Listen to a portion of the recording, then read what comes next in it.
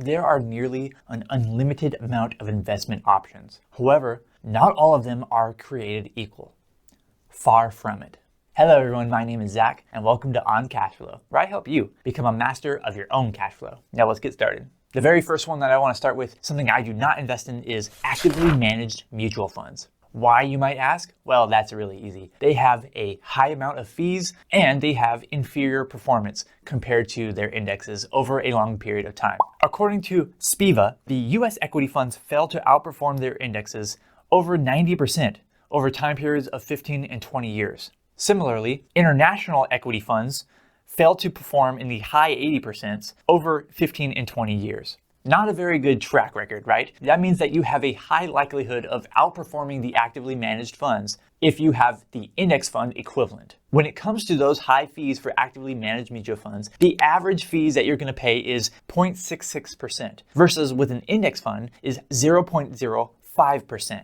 Now that might not sound like much, but comparing these two numbers, that's actually 1,220% more in fees for the actively managed mutual funds. Imagine you go to the store and you're gonna buy some gum for $1. And right next to it, you have another choice, an actually inferior product, an inferior pack of gum, but that inferior pack of gum costs $13.20 or 1,220% more. Which one are you gonna buy if you have a less than 10% chance of liking that $13 gum more than the $1 gum? Most likely you're gonna probably choose the $1 gum, and that's how I see it. Number 2 on this list is raw land. You're not gonna see me buying any raw land. When I'm referring to this, I'm referring to raw land in the sense of literally buying raw land and then holding it or trying to flip it for a higher price without doing anything to the land. Why, you might ask? Well, that's because this is simply purely speculative. So unless the land is planned to be developed, like unless you actually plan on developing it,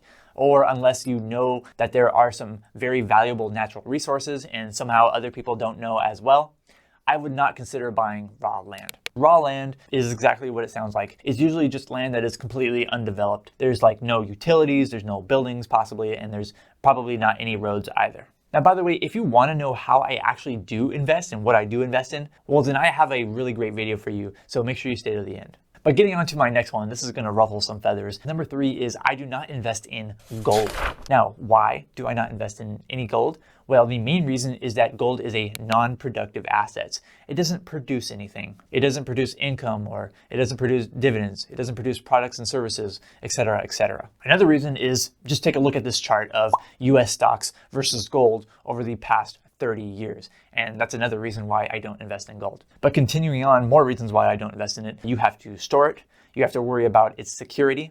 And you have a much lower amount of liquidity in turning that gold into cash. Also, I want to know why gold in the first place. Like, seems like gold has a very special place in some people's hearts. Why is it not platinum? Why is it not silver? You know, why gold specifically? I really don't understand. Next up at number 4, I do want to ruffle a few more feathers, and that is individual stocks. I don't invest in individual stocks. And the primary reason why I don't invest in individual stocks is because I am not willing or able, now mostly willing, to take the time to invest, to take the time to research, dozens of companies, to research, what's going to be a company that I think is going to outperform this index or outperform this sector and things like that. So I'm not willing to spend all of that time researching in-depth individual companies. So I would rather not do that, because the vast majority of people who even do that, who spend hours doing it, cannot beat the index, cannot beat an equivalent index. There are a select few amount of people who do outperform, and when they do,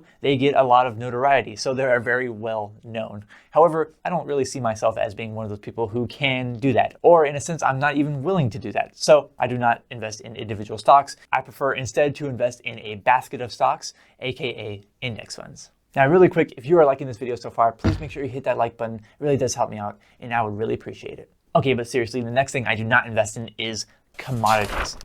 Why do I not invest in commodities? First off, it is extremely volatile investing in commodities. Secondly, I think that it takes a special kind of insider knowledge to invest correctly into commodities. Like, you have to have a lot of knowledge and be involved in that certain kind of commodity, I think, in order to, succeed on a regular basis. Like, you have to be involved, let's say, in the oil industry or in the, crop industry, specifically whatever commodity you're talking about. And not only do I not have that specialized knowledge or any of kind of, insider information, I also know that commodity investing is subject to a massive amount of extra risk in the form of political risk and ecological risk. And so I just choose not to invest in commodities because I don't think it's a pretty good fit for me or my investing philosophy. The next thing I don't invest in is options. And it's very similar reasons to why I don't invest in individual stocks. The time and the willingness to, do the research to figure out which options would be good to purchase. Plus, it mainly relies on short-term speculation when you're talking about options. It's going to deviate drastically from the long-term buy and hold philosophy of investing. And so I do not partake in any kind of options investing.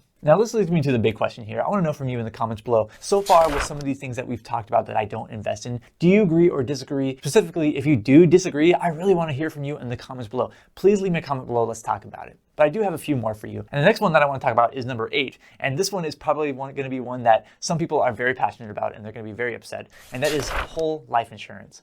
Why do I not invest in whole life insurance? Well, first off, they have an extremely low return on investment. Just go ahead and look it up. They have an extremely low ROI. Secondly, they have a high amount of fees. You got to pay those commissions, right, to those salespeople. And third, they have a high amount of premiums. These plans are very, very expensive. And so they're just not a good fit for me. They're generally not going to be a good fit for financial independence. I know there are some very specific cases where it can be a pretty decent idea, a pretty decent investment for a certain kind of profile of a person, but that profile is definitely not me. I strongly subscribe to the notion of term life insurance while you are younger and while you are earning income. And then once you achieve financial independence, I think you no longer need term insurance because you're able to support, your family through your actual own investments rather than having to, rely on life insurance if you were to pass away unexpectedly. Next up at number 9 is a lot less controversial, but still I haven't really put money into these in many, many years, and that is CDs. Now, you might not even consider CDs or certificate of deposits to be investments. You might just consider them to be